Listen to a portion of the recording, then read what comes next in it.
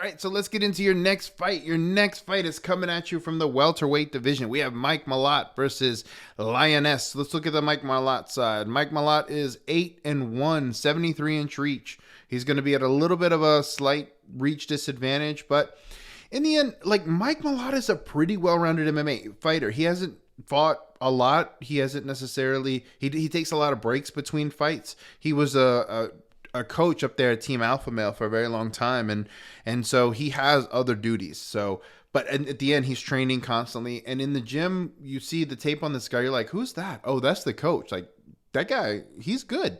And you look and you're like, dang, the kid's good. The kid is decent. Problem is like, you just don't necessarily know what to expect because everything you're seeing from the gym is like great stuff. But when a fighter's not fighting out there on the main stage all the time, you can't really determine whether or not all that stuff you're seeing in the gym is going to translate into the cage. Now, the fight that we did see against Mickey Gall, he did pretty well, but he got rocked. He got hit a lot. He gets hit a ton. And he ended up knocking out Mickey Gall, fighting through some stuff. That's what he does. He'll fight through some stuff. He's got crazy leg locks. I see him hitting crazy submissions. He's just a well-rounded MMA fighter who doesn't necessarily fight all the time, has a pretty good chin, but can get hit himself. Now, looking at Yohan Lainesse, he's 9-1, 76-inch reach.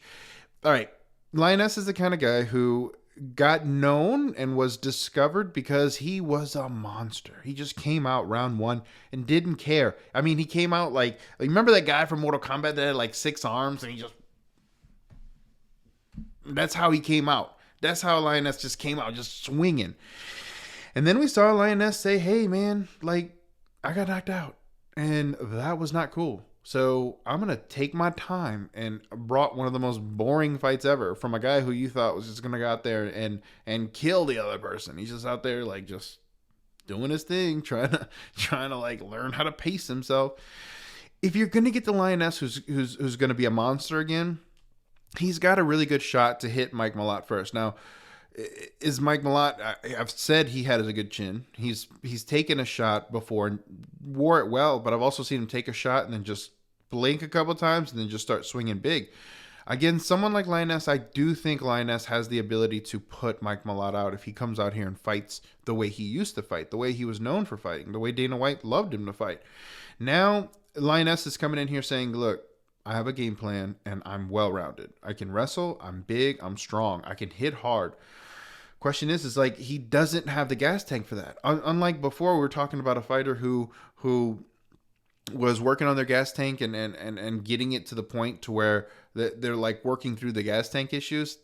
And they probably on the other side of it of like, hey, I probably have a pretty decent gas tank. If not, I've topped it out. Like, this is what I got. I think Lainesse is one of those people, he doesn't necessarily know. He's still trying. He's still finding out. He's 9-1. He doesn't have the craziest record. And he's trying to figure out if right now his gas tank is going, if all the things that he's doing in camp are going to boost his gas tank to be perfect, or does he need to do more? He may come out of here and gas in round one because he's trying things, he's doing things, he's putting together more road work, different kind of training in order to figure out how to extend his gas tank and do the things that he wants to do, whether it be grappling or striking big early and still have the gas to potentially take it down to wrestling later. So we have a guy who's learning versus a guy who is considered a head coach at a place, a really great place, is considered a gym rat, considered a guy who's the guy at the gym. I mean, at the end of the day, I can see why Mike Malott is favored because he does have the people talking about him, people saying how great he is, and he has shown that he can take a hit and he can hit hard and he can choke you out, well-rounded.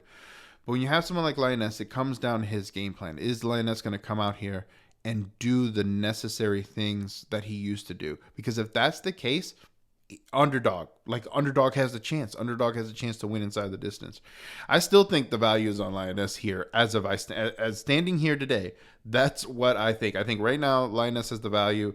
I think he has the potential to come out here as long as he does what he needs to do.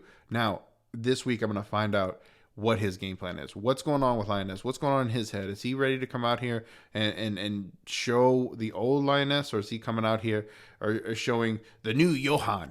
Yohan Lainesse, the guy who's going to come out here and pace himself and try to wrestle and try to grapple, maybe hit you with a couple of big shots and try to stay away from danger.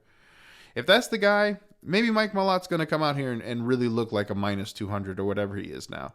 But as of right now, I see Lainesse has the potential to get back to himself, get back to that old self, and probably come out here and put on a really great show and either get a knockout or get really, really close before something bad happens. But I think this is his best chance to win. I know there are a couple people that are saying, hey, he can win by a decision by taking Mike Malott down. I've seen Mike Malott on the ground. Guys, he's super tricky. We're talking about leg locks. We're talking about these chokes that he's going to be able to hit. I mean, maybe the decision is possible, but I just wouldn't play with it when you have the ability to just go out there and strike the way Lainesse does. But that's how I'm feeling right now on Friday. You're going to want to tune in to see exactly how we're going to bet this fight. Now, if you like the content, be sure to hit the thumbs up, subscribe to the channel, and tell me down below in a comment who you think's going to win this fight.